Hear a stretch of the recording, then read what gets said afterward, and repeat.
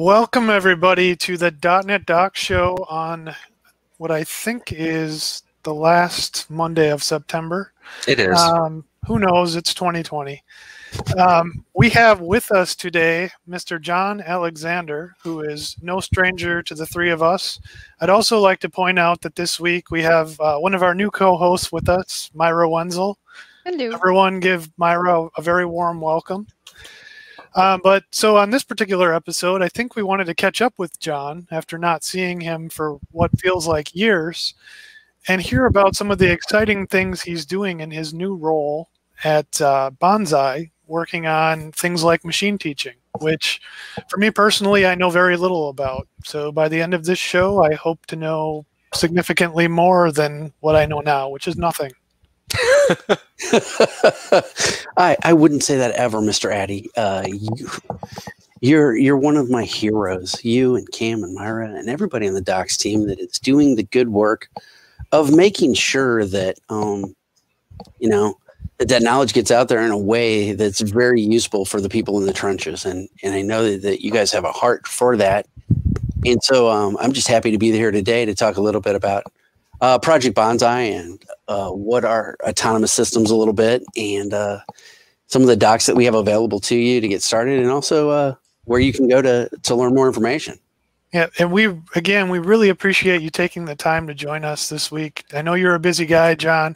For the viewers who don't know John, I'd also like to point out John does indeed have an extensive background in .NET. Before taking this role, he was actually a content developer for the ML.NET documentation. So any .NET questions are also fair game for John as they relate to this topic. Mm-hmm. With that, why don't we jump into the checkup segment and look at the doc that we have for today.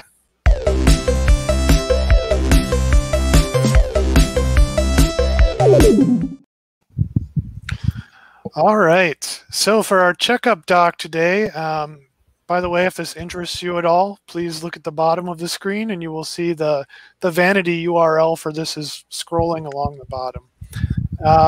What we have here is in our official documentation website, a quick start for Project Bonsai. And as I mentioned, Project Bonsai is something that John is working on, something that's near and dear to his heart.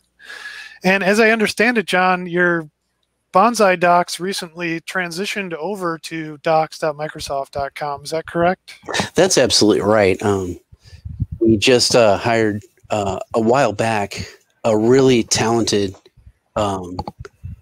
content developer / just coordinator who's also a developer as well, Sarah Chavis, and she has been instrumental in taking our old doc system and migrating that into docs.microsoft.com. And you might want to have a show with her. And I'll introduce you. I probably should have had her on the show today, talking about what it's like to be a self-service organization working with docs, and what that kind of looks like, and how you go about doing that. So yeah, cool. Thanks for that. We'll definitely reach out to Sarah and see if we can get her on the show. But anyway, so with the doc here that you're looking at, this is really a 5-step process to balancing a ball with AI. And this is a simulation for a device known as the MOAB, which MOAB is actually a reference to a balancing rock in Moab, California, which I learned just before this show from John. So John, thank you for that. It is not the mother of all bombs, if you're wondering. It's not an acronym for that. I thought it might be the mother of all balancing boards. No, not that either. Apparently Moab, California is a place. There is a balancing rock there. 5-step process.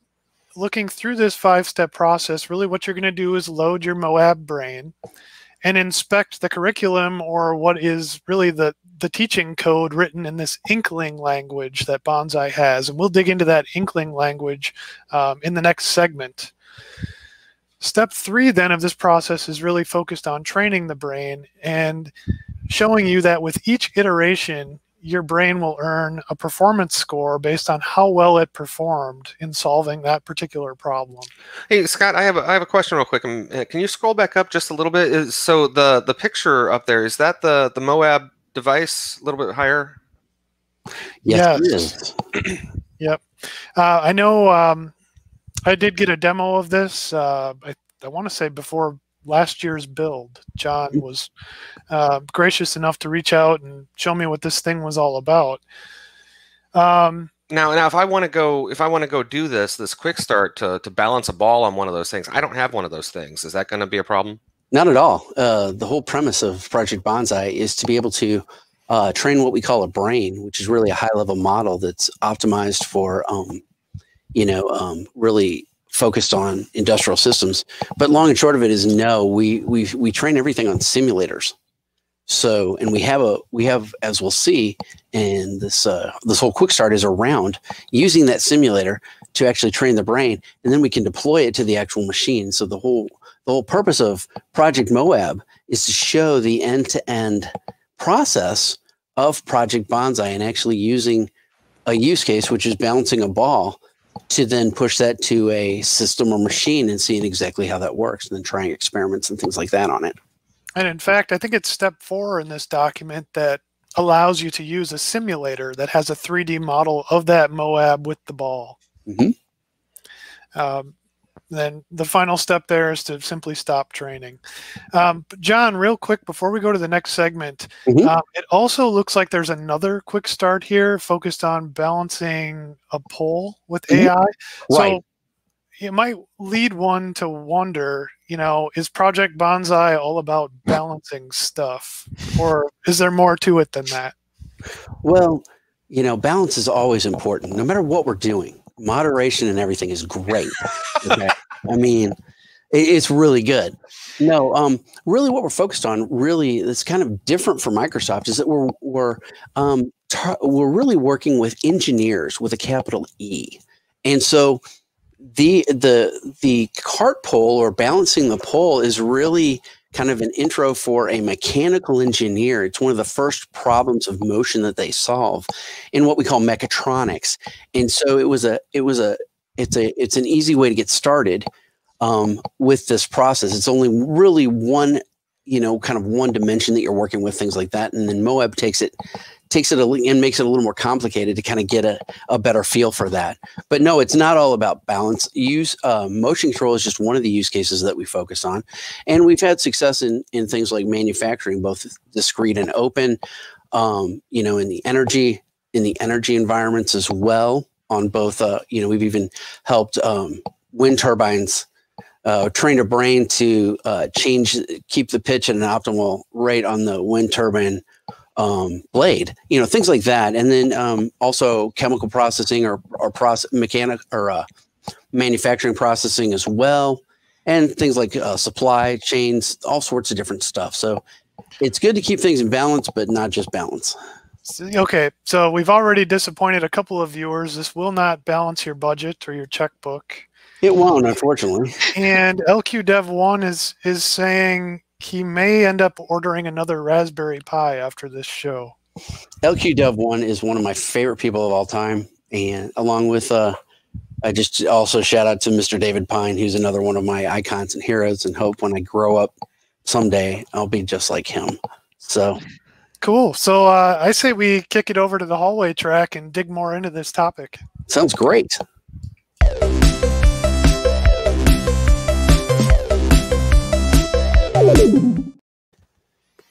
So John, just so you know, we're looking at your screen now. We're looking at my screen now. Yes.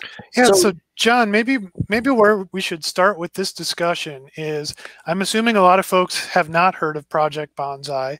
Maybe let's start with the discussion of, this has nothing to do with the Karate Kid and Mr. Miyagi. But with that theme in mind, where did the name Banzai come from? Bonsai is really kind of based on the bonsai tree itself, where you can really kind of mold that tree into something beautiful, and at the same time just making sure that the branches go exactly the way you want it to. And the original URL for Banzai, which was acquired by Microsoft maybe about almost 2 years ago, maybe a little more than 2 years ago. The original URL was bonds.ai, so that also had something to do with it. But our logo has been a bonsai tree, so that also has something to do with Mr. Miyagi. I love it. Yeah, tree and balance. Yes, and balance, but not checkbooks. And also, by the way, Sultan Burnham, of course, you're my hero. You know that. You shout out, baby. We've got a lively chat room today. I love it. Yeah. So, John, now that we understand, a little bit about where the name comes from, that leads me into the question of who's the target market for Banzai. We've got all of these similar pieces of technology out in the market. We've got things like ML.net. We've got TensorFlow. What segment of the market does Project Bonsai fill? That's a great question. And, we have all these different products all the way from, Azure ML and, really kind of hands-on down to the metal things, like, Spark and all these different things. And Project Bonsai is really focused on working with engineers for the most part, or for developers that kind of have an engineering background and that don't really want or need to have anything to do or to learn the ins and outs of AI. Our system is designed to be able to teach a subject matter expert for one of those systems how to impart the lessons that they want to teach a system, and through using a language called Inkling, plus also using a simulator. And then our AI engine goes behind the scenes and does everything that it needs to. It generates the neural networks. It picks the appropriate machine learning algorithm based on what you're trying to teach. It tunes all the hyperparameters. And if you're not sure what that is, then you're probably a good target for Banzai, because it really kind of pulls everything and abstracts that away from you so you can focus on exactly what you need. And then it also brings back information to you to determine how well you're training. And then we can make that an iterative process until we get the results that we want. Very interesting. So, John, you mentioned something again that I said earlier I want to dig into, and that was this programming language called Inkling. My first question there is, why another programming language to work with Banzai? My understanding is this is a declarative, strongly typed language. Why did the team decide to create their own instead of using something that already existed? That's a great question. And let me flip over to Banzai and let's take a look at that. Actually, before I do that, let's just talk about that for a moment, okay?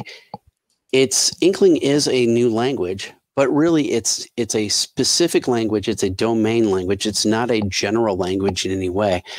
And the focus is really to be able to define, that model that we call the brain and what we're trying to teach. That's the only thing that it's designed for. Even though it's strongly typed and has a lot of these other things, it's not made to do anything else but that.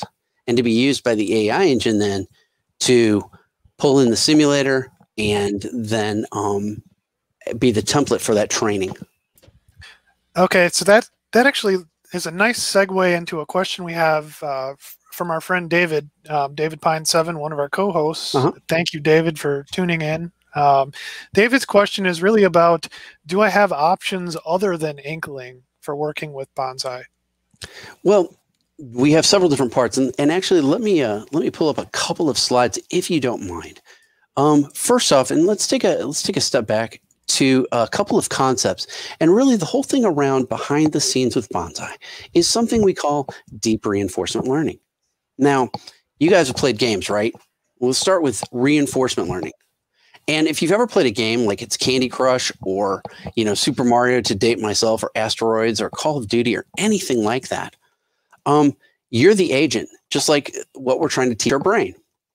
And what the place that you're in, the simulation, the game, whatever you're calling it, the only reason I'm using games is it's really easy to relate to. That might be that simulation of that manufacturing extruder system or something like that. And what you have coming back to you all the time, the changes in the environment, that's the state. And so you're making decisions, what blocks to crush or whatever, based on the state that's coming back. And then if you do the right thing, you get a reward. And so reinforcement learning in the same way is really focused on finding the optimal path through trial and error to get to that reward as quickly as possible. Okay, so let's back that up just a second there. So sure. So when we talk about reward, I mean, in the example of the video game, the reward is, you successfully, beat Bowser and rescue the princess, and you get a little dopamine hit. Mm-hmm. What is a reward for a brain? Let's back that up, Cam, because really the reward in that example is where do you get the score from? Every time you break a brick or you jump over something, you kill, you hit something, you get a reward for doing that right. So we break it down even more to that atomic level. Okay. And so that's your score. And in the same way, say, for example, we're trying to balance the ball. For each tick of the clock, the longer you can stay either in the center or away from the edge, you get a reward. So what you're saying then is like every decision that the brain makes that is positive, it's rewarded. Correct. Like every time it does the right thing. Mm-hmm. Yep. So we. I'm sorry, Myra. Okay. Let me finish this last question. So we give it like a cookie, or what's going on there? It's just a point in code. It's just a tabulation in code to know that it's doing the right thing. We call that actually behind the scenes.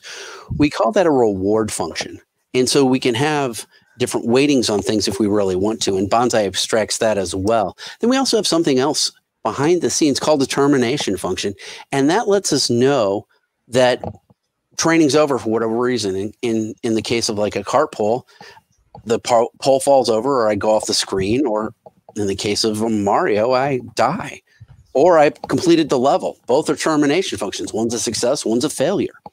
And so it takes that stuff behind the scenes to be able to train that. Now that's reinforcement learning. Hold on, John. Myra, did you have a question? I'm sorry, I didn't mean to cut you off, Myra. Yeah, he can finish his thought, and then we can. And there are some questions also from the audience. So yeah, no problem. Okay. So then we also have deep learning in this. And deep learning has been used over the years in things like object recognition systems. And you've probably done that if you've ever done CAPTCHA, where it's like, pick the street or the crosswalks or whatever. Okay. And that's optimized to look through a bunch of stuff and pick just what we need. So you combine those two things together, and we have deep reinforcement learning that allows us at scale to pick what we need and trying to optimally get to the reward. So anyway, what other questions do we have about that? So one is my question, very basic question, since this is all very new to me. So sure. We introduced this as machine teaching, right? Instead of machine learning. So what's the difference there? Oh, I'm so glad you asked. Okay. Machine learning takes in information. And if you've done any of the excellent docs in, say, for example, like ML.net, where you're talking about classification, where you're looking at classifying positive or negative Twitter information, okay? That's bringing in that information, okay? But it's not doing anything with that, okay? With reinforcement learning, you're actually changing, every time you do something, you're changing that data, okay? Whereas machine learning is really, for the most part, around a lot of the different statistical algorithms and things like that we have. And reinforcement learning takes that to a whole nother level. So you can start with that. It's a different kind of branch of what you're trying to do. This is trying to really more focus on using that information to be able to expand that out on not just a specific path, but also multiple paths at the same time. So, for example, when we get into talking about this, let me go to this next slide really fast, because the machine teaching then is a little bit different. Say, for example, I'm king of analogy, so I apologize. So reinforcement learning, if you're learning to play soccer, would be kind of like, okay, you run up to the coach and you say, Coach, I really want to play soccer. And the coach says, great, we've got a game on Saturday. Show up. I'll give you the uniform and everything. And all you have to do, your goal is to score goals. That's your reward. Now, the team's going to be there to help you, and the other team's going to be opposing you. And after about 6, 7, 8, 900,000 games, you're going to get good at it. And I have confidence in you. Machine teaching uses the knowledge of the subject matter expert on top of that to really optimize that even further. So you run up to the coach and you turn around and it's Mia Hamm from the U.S. women's soccer team, or Pele or Cristiano or somebody like that. And they say, I have a curriculum. I know exactly what I need to teach you. And we're going to break that down into objectives. We're going to decompose that. Much like we do with programming problems, we're going to decompose it down and down and down until we have the optimal path for you. And that's where Inkling comes in as well. I'm glad Myra asked that question because I was wondering the exact same thing. So thank you, Myra, for reading good. my mind. And I'm telling you about an hour's worth of stuff and we'll have a link at the end of the show where you can sign up for a workshop with me to try this out over an hour long period of time and get a lot of even more questions answered. But the whole point of this is that we train a brain through that practice using reinforcement learning. We use simulation to train that, and we can train several different happy paths and sad paths over and over. And then we use that subject matter expertise. And so we've got our simulators, we use the training, and all this takes place in the cloud. But once we export the brain, that's totally outside the cloud. So I think we've done enough context setting. Let's kind of quickly walk through that quick start. Shall we? Come along. And let's go into Banzai. John, I would say before we jump over to that, let's put on the brakes just briefly. Myra did mention there's some questions in the chat here. I want to make sure that that we get some of those addressed. Long time listener here. The first question. Yeah.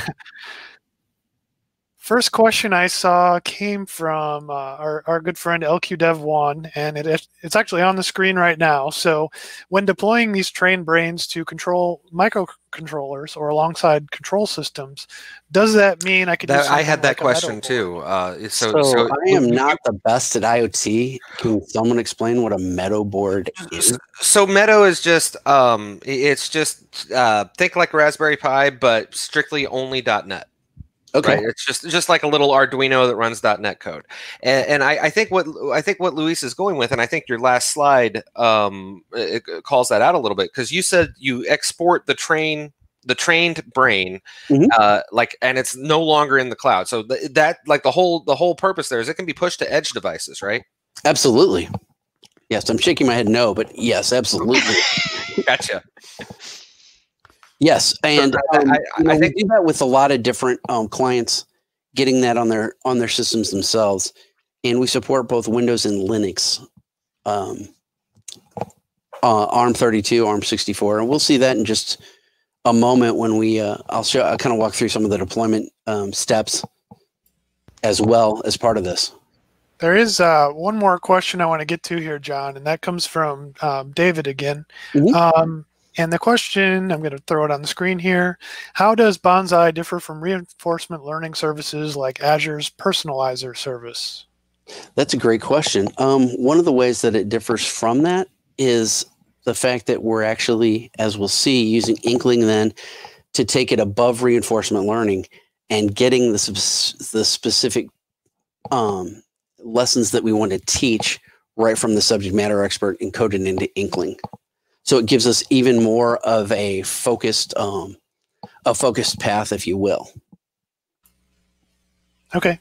Thanks, John. We'll let you. I think you were going to go over to the quick start and walk through that. Was that the plan? Is that okay? Is that okay with everybody? You're our guest. Please. Bye, Salt and Burnham.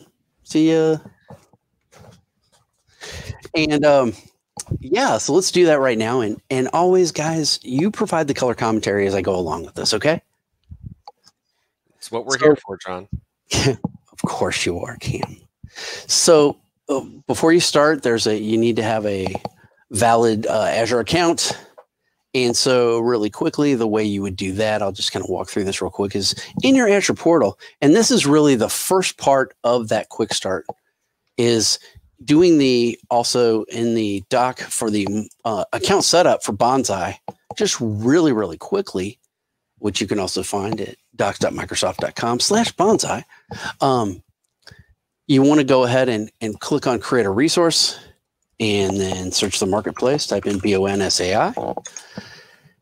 And when you see the tree, just click on that and then click create. And that will take you through. You go ahead and do your subscription there, pick a resource group and a name, as long as it corresponds to, Azure naming conventions. Now, at this point, I just want to point out that there is a slight cost to using the workshop, because what happens behind the scenes, in order to be able to automatically train this, we create a resource, a container registry, some container instances for those simulators, and then also a storage account. And as I tell people at the end of the workshop, we can delete that if we want to kind of get rid of that. But that's so that we have kind of control over that training process.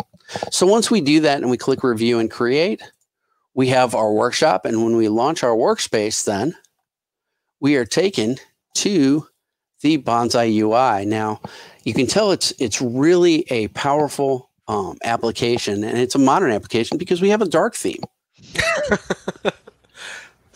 Yeah, we have a dark theme. Yeah, if a website doesn't have a dark theme, for me, it's just completely unusable. That makes me feel bad, because my site.net doesn't have. We've got a lot of people on the team, Myra, that are focused on these types of very important things. So now that we're in the quick start, what we're going to do is first thing we're going to do is we're going to go in and load the Moab brain by clicking on Moab, and I'm just going to give it a quick name. Today's date is the 28th. Oh my gosh, I cannot believe. Can you guys believe that it's the 28th of September already? Or like the 10th week, 10th or 20th week of March or something like that. Right. It's quarantine day again. So in the quick start here, we've created our brain, and then let's go ahead and in step 2, just like it says here, we're going to inspect the curriculum. And what we're going to focus on to start with is we've got the concept node and our graphing panel over here that shows graphically what we're trying to do, and our state node and our action node in our graphing panel. And so really quickly, let's go ahead and look at that. And then also the coding panel to try to pull all this together. So here we have our simulator here and our concept. Now, I talked about machine teaching. That concept is defined in Inkling. Because remember, just like with the soccer analogy, we want to focus on a specific curriculum. And we talked about the state that we have. Remember, coming in, we talked about reinforcement learning, that state coming in, showing us exactly where things are going, what's going on in the environment right now. And then we're going to make an action based on that, and that's connected to the simulator itself. So now, as we go in here, let's go ahead and click on concept, and that will take us down to our concept. And then in this case for Moab, it's moved to center. We have our simulator that we have connected up to us, and that has a package, and we'll talk about that in just a moment. Our goal then is to figure out, okay, what do we want to teach? And in this case, we have a couple of different objective keywords that we're using here. The first one says, hey, I want to teach you how to, in the simulator, avoid a certain area. In this case, I want to avoid falling off the plate, or I want to avoid the edge. And the next keyword that we have, and this is in step 3, I believe, is driving. And drive will basically teach you how to go to a certain place in the simulator and stay at that spot. And so go ahead. So just to review, basically what you're setting up the rules of the game, so to speak, right? And you're saying, Absolutely. okay, the win condition is you stay near the center of the plate, and the lose condition is the ball falls off the plate. Right. And you can say that, for example, like this is your plate right now. And if we're breaking this down and we're trying to figure out exactly what we're trying to teach, as humans, we can see with our stereoscopic vision that we can figure out the position and the velocity, and then we can turn the pitch and the roll of the plate to kind of make that balance, even though I do that very, very poorly. John, is that a plastic red solo plate or is that a Moab? That is not a Moab, actually. That is a Moab. Okay, thank you. I did have a more serious question for you, though. Go ahead. Say I'm a developer who is more comfortable writing Inkling in an editor or an IDE on my development machine. Is something like that possible? Like, is there a extension for Visual Studio I could use? There is an Inkling extension for Visual Studio Code that you can use, and the Inkling file is simply, like I said, there's not, if you notice, there's not much there. And can you guys see this okay? I'm going to bump this up just a skosh. How's that? Cover your other eye and let's see how that works. So you can see here that inside this, I've got, remember, we're talking about working with our simulator. So here's we're defining what state is coming back to from our simulator. Ball X, ball Y, ball velocity X, velocity Y. And then where our action really is changing the pitch and the roll. So it's something, it's also a paradigm shift that normal developers have to get their head around, is the fact that we're really focusing on defining what we're pulling from the simulator, what we're sending to it, and how we're changing that, if that makes sense. It does. That does make sense, John. Okay. And any other questions? Dark theme. Yes, dark theme is good. Okay, so down here, we have a lesson that we start with, and we want to randomize the starting position for X and Y, our velocity X and Y, and our pitch and our roll. Now, notice here, when I click train, it's spinning up my simulators. And it's also showing those, it's going to show the overall progress of those objectives as it's training. So if I click on this little arrow here, this takes me to my package, my simulator package, and that's where my simulator is defined. And then I can spin up different instances. Remember, we talked about the registry and container instances. And this is actually running in, the simulators are running in Docker containers. So here are the interface details of my interface. And so I pulled out, position and velocity there, but there's all sorts of things that my simulator I could pull back and turn, even ball thickness, and I could put an obstacle on there if I wanted to. I can configure a whole bunch of stuff with that simulator as well. And so that is going to allow me then to train my brain. Now notice here we also have a link that takes us back to the Inkling reference here. In this case, our package, and kind of talks about that. We have a whole Inkling language reference inside of our Banzai docs here on docs.microsoft.com. And that is down here in the Inkling language. We also have a CLI that you can do pretty much everything that you would do in the UI, you can do behind the scenes in the CLI. So, John, you mentioned CLI. I'm a .NET developer. What do you have to offer someone like me? Let's say I'm not the traditional AI, Python, C++ guru. Is there some sort of SDK offering for a .NET developer? There is right now to work with the linking up a simulator at the moment, and there will be some samples coming in the near future about that. And I'll keep this group in the loop on that. But at the moment, the C# support is there. It's just not, there's just not any samples yet. That was just recently put out there. And you mentioned in the beginning that like for people to take this tutorial, they will have a bit of a cost, right? Like it's a small cost just because of the Azure resources and stuff. So has your team considered creating a Learn module so that they could have like everything? We're working with the Learn team on that as well, right? Okay, awesome. Because that would be awesome. Absolutely. So we can sandbox the whole entire thing. Yeah. Mhm. Cool. We've been Sarah Chavis, who I think I mentioned earlier, has been working with the team. Yeah, and I'm quite aware of how these migrations go. I spent years doing the MSDN migration, so and I did as your Padawan. So. Yes. So they go for a long time, but yeah, excited to see where this all going. Yeah. Getting back to the quick start here.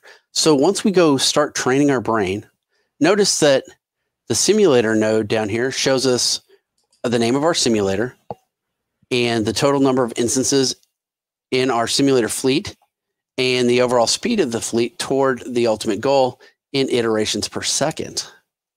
And then we also have our goal satisfaction plot, which shows each one of the objectives here, our falling off plate and our driving to the center of the plate, and how well we're doing so far on that. Then we also have our visualizer here, where we can see the position and velocity, which at the moment, there is a little bit of a pause there. And there it goes. We can see that. And I'll show the device here in just a second. And for each one of the simulator instances, we can kind of go in and look at each one of those. It's only showing one at a time there.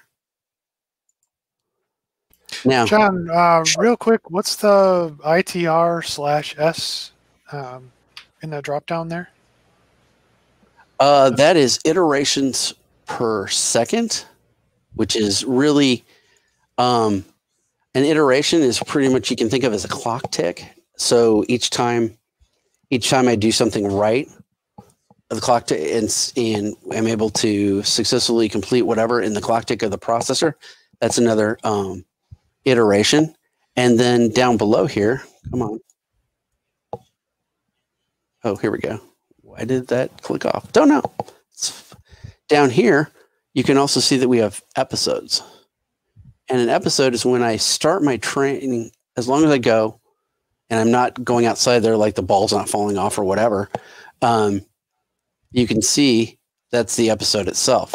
So this is a state diagram here, or a state graph, and I can see my position. I can also add another chart here, and I'll show velocity here. And then also from the plate itself, the pitch and the roll. And this is the last part of the quick start here. And I can actually use that as almost like a DVR to see how how well my brain is training there.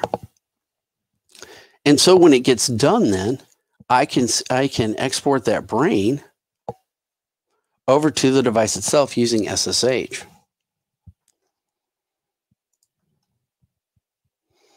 And so we've got a lot of state that we can watch there. And then once our goal satisfaction reaches 100%, we can stop the training. And that's kind of where the quick start stops. But I can also, like I said, take any of the brains that I've already completed and click export my brain, and either do Windows or Linux. And Moab is using an ARM32 for its communications hat, so that's what we'll use there. And then I can export my brain. And when it's done, I can successfully use Docker login one time to log into the machine with my access information. And then I can simply do a Docker pull to get it in there. And then try it on the machine itself. So let's click over there and see the machine in action, if you don't mind. And if you have questions, go ahead and sing out while we do this. And so we have a manual mode, which shows how competent somebody is. Wow, there we go. Come on, dude. It seems angry, John. It is angry. It's an angry machine. And this is our brain. This is a trained brain that's going ahead and bouncing the ball there. And this is a brain that's been trained on the simulator and now is in the process of bouncing the ball. And answer to your question, David Pine. So John, is this a custom built device, or could I go out to my local Best Buy and purchase something like this? This is a custom built device that's being open sourced. We were going to have it ready to go for build, but given COVID and all those sorts of things, it pushed back some schedules and things like that. So we'll be making some announcements on availability on this soon in the short term. Yeah, and when we ship you your device, we'll circle back around with that, David. When we talk about availability, okay, Doug? So John, you've gone through the quick start here. That's amazing stuff that we saw there.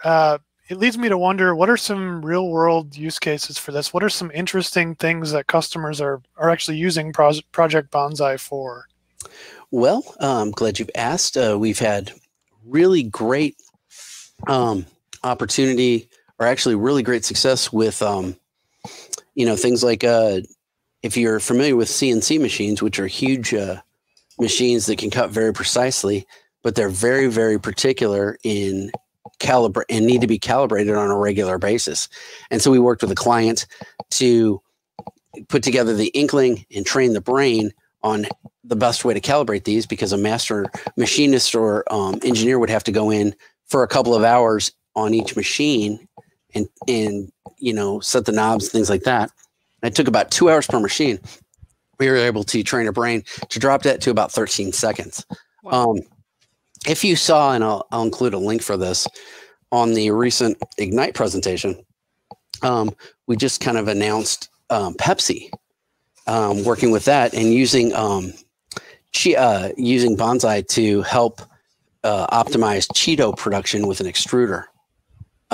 That's another thing. We've done smart buildings where it's pretty commonplace to be able to use IoT and thermometers, or thermostats, I should say, not thermometers, but a thermometer is inside a thermostat on a smart building. But not only was it taking into account, the temperature, it was looking at CO2 levels because of the sensors that they'd put in place, and also then optimizing energy costs when it was appropriate and there was low occupancy. So things like all sorts of things. And then we also had another one was, like I said, I just went blank. Oh, the wind turbines and being able to change the pitch on that successfully. There's another case study, and I'll put this link in. Another case study where we helped, I believe it was Shell, with a robot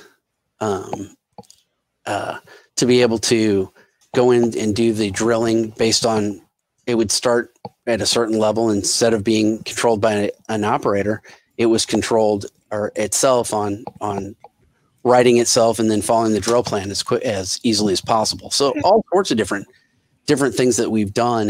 And one of the neat things, it's not kind of as sexy as probably playing games or something like that, but it does have a really defined set of success criteria for these things. And, so it's pretty exciting to geek out about. So John, you mentioned something there, not as sexy as playing games. I tend to agree, but that is actually a nice segue into another topic that I know you're very knowledgeable about. I know you were in some way involved in the early development phases of the Xbox adaptive controller. Mm-hmm. Could you speak some more about your experience with that and just accessibility in general? This is sort of where we shift gears in the episode. Sure. I would love to. First off, accessibility is really important, and we'll just shift gears a little bit and talk about a little bit about. And can you still see my screen? Yep. Okay. So and this comes from a great book called Mismatch, and also the Inclusive Design Toolkit. And really, the difference between the two is that accessibility is the qualities of a product or software that make it open to everybody. Moab is getting excited about accessibility too. And really trying to achieve that, and whether that's making sure in a website that that your colors are safe for everybody to use if they've got, things like color blindness or whatever. That the text is appropriate for a screen reader. Might be some ways that you as a developer can really easily start with some of that low-hanging fruit. And then,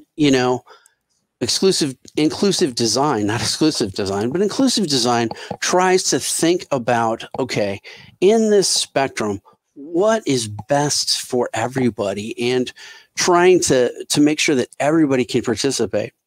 And so that's a big thing that Microsoft has done. They have a hackathon every year, and you guys may have talked about the hackathon, where we go in and we do a project for something, and really the accessible controller, where did I put it here, was born out of that. And so really it works with, I didn't have a good way to show this playing today, but it works with a system in the Xbox called Copilot, where you can link it up to an existing Xbox controller, and then map. And let me see if I can show you this on top there. Let's see here. Let me pull that back. See the left button, right button, X1, X2. Yeah, those are all mapped to analog 3.5 millimeter jacks, like almost like audio jacks. And so you can put in different devices hardwired to map that. So like bigger buttons like this, okay, that can map in. Or because I have let me go back. I have cerebral palsy on my right side, and I can only type with one hand. So I've been a developer for years, and I've never let that stop me. But hey, I use a rock band drum pedal with this for my trigger on my right side, so I can use my foot instead. And so this allows me to hardware map, but then Copilot also allows me inside the Xbox to go ahead and map that functionality as well over to the different buttons. So that's pretty cool. I have a video that I can send. It's the launch video for it on YouTube, which is kind of cool to see. And you were in that video, right, John? Yeah, I was. I didn't really want to plug that very much, but hey, yeah, I was actually in the launch video. I was very proud to be a part of the beta test for that internal beta test, and worked with them, gave them feedback and on that, and then happened to be on campus when they were filming, and so I had a fake family that I was able to play with the accessible controller with, and it was pretty cool. So here's another example of teams that have worked with the Inclusive Design Lab at Microsoft. This is a shirt from Tommy Hilfiger. Nice shirt, right? It's pretty nice. And this is from the Tommy Adaptive line. And so let's see here. Notice there's a button on the front, but there's none on the back. It has magnets, and buttons for somebody with one hand have always been kind of a problem. So magnets make that a little more inclusive, and it's just another way to make people feel involved. And so if there's a way in your application to think about, okay, is this going to impact accessibility? It's kind of like, we think of security now, or hopefully, as a first-person design attribute. Thinking about accessibility is another first-person design attribute that we really should as well.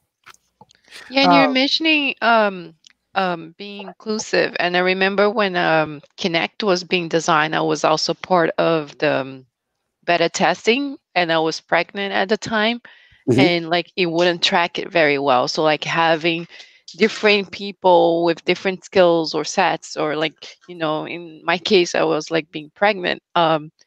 They took me to the studio to see why wasn't it tracking, because I had that big belly.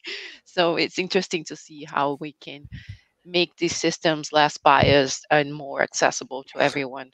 Right. They've even they've had problems with object recognition when pulling different people out of systems. Like, for example, if they were, trying to recognize a person to unlock a door or something like that, they would have problems with, they didn't include enough people of color.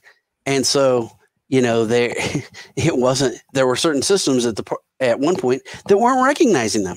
So making sure that we have voices from every group in some of these design processes can make it better for everybody.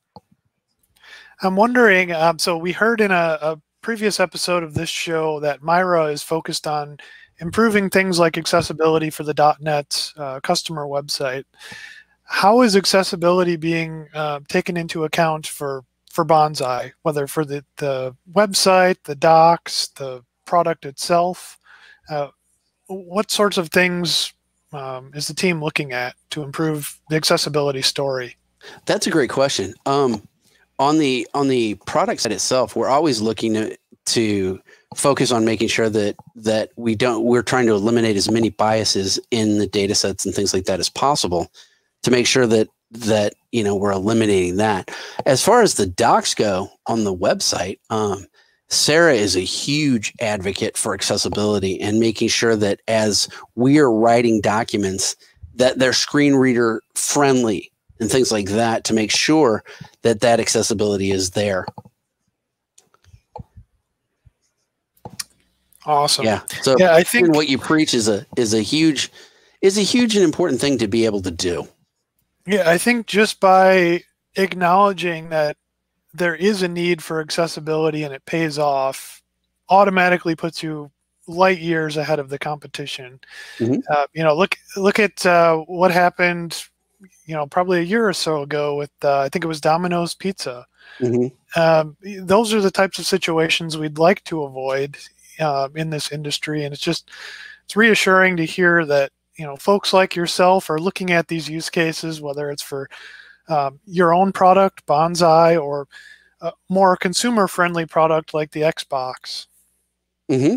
Yeah, and it's something that people are starting to take a look at now and go, hey, this is important. We want everybody to be able to be included. I mean, with the first time I was able to actually really kind of play Halo and be able to kind of participate, it was, I really pretty much almost started crying because, my kids would play Halo with me and dad's a meat target because, I get to this,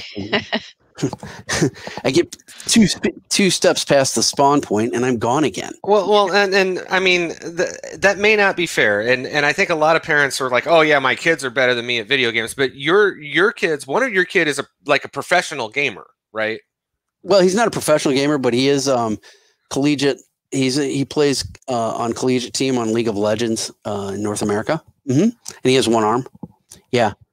So, having children with special needs, then as a parent with special needs, it's a philosophy of, yeah, this is a problem and your body may be, you may have things that don't work right, but that we can figure out workarounds.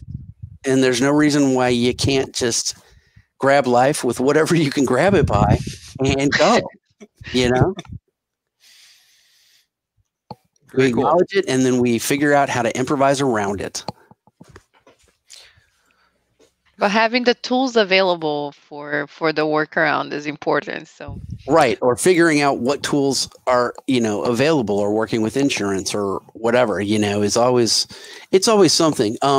I did put up a link here, and I can put it in the window. This is the exclusive design toolkit from University of Cambridge. If somebody's interested, and I can make some of these links available. Scott and Cam and Myra after the show, no problem. If that sounds good. Yeah, feel free to drop those in the chat whenever, John, and we'll make them available. Okay. To everyone else. How to put them in the chat. You should see a private chat tab in StreamYard. You can dump them there, and then we'll share them with the viewers. Okay. That being said, we have about 5 minutes left in today's show. Are there any closing thoughts you wanted to leave the viewers with? Next steps for Project Bonsai, anything like that? We're continuing to work on, as we move toward general general availability with Project Bonsai. We're continuing to add new features and tighten, and make it better and better over and over. And if there's anybody that wants to try it out, simply go to, let me put this in the window. There's a workshop that you can do. We have them pretty much every Tuesday at 10 a.m. Pacific, and you're welcome to join. And I'll put that AKA MS link in the private chat here real quick, and you can participate there. And as far as accessibility, it's just thinking about, okay, who's going to use this and why, John, I see you shared the link, and I haven't opened that yet. Is this the website that we hacked together on Friday night? We should do it. It's actually, we're using Microsoft Bookings as the back end, but we should do a whole show on how we hacked that together. The first version of that. Yeah, that's it. My good compadres helped me put together a scheduling site for the workshop. I was there too. That's what I mean. My good compadres right here, Cam and Scott. I believe it was Cam who saved the day when we couldn't JavaScript that night. It was Cam who came in and figured it out. And without going into detail, we'll just say I was 4 hours into my Friday night too. So he was amazing. 3 whiskey sours, and he was still able to fly the Apollo aircraft no problem. Like a 60s astronaut,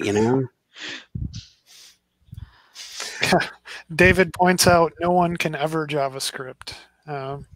Yes. Not even. I know I can't. Oh, I'm sure there are some people. All right, John. Well, unless you have anything else, I guess we'll wrap up this week's episode. Again, thank you so much for joining us. Thank you. I've really enjoyed it, as usual, talking to you guys and being able to just be with everybody else has just been a blast, and I really appreciate the opportunity to be able to talk to you guys. It's nice to catch up with you again. It feels like it's been years. As I mentioned, John used to work with the three of us, so we know him very well.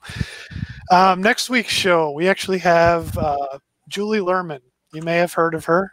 She's written a few books, Pluralsight author, all-around amazing person.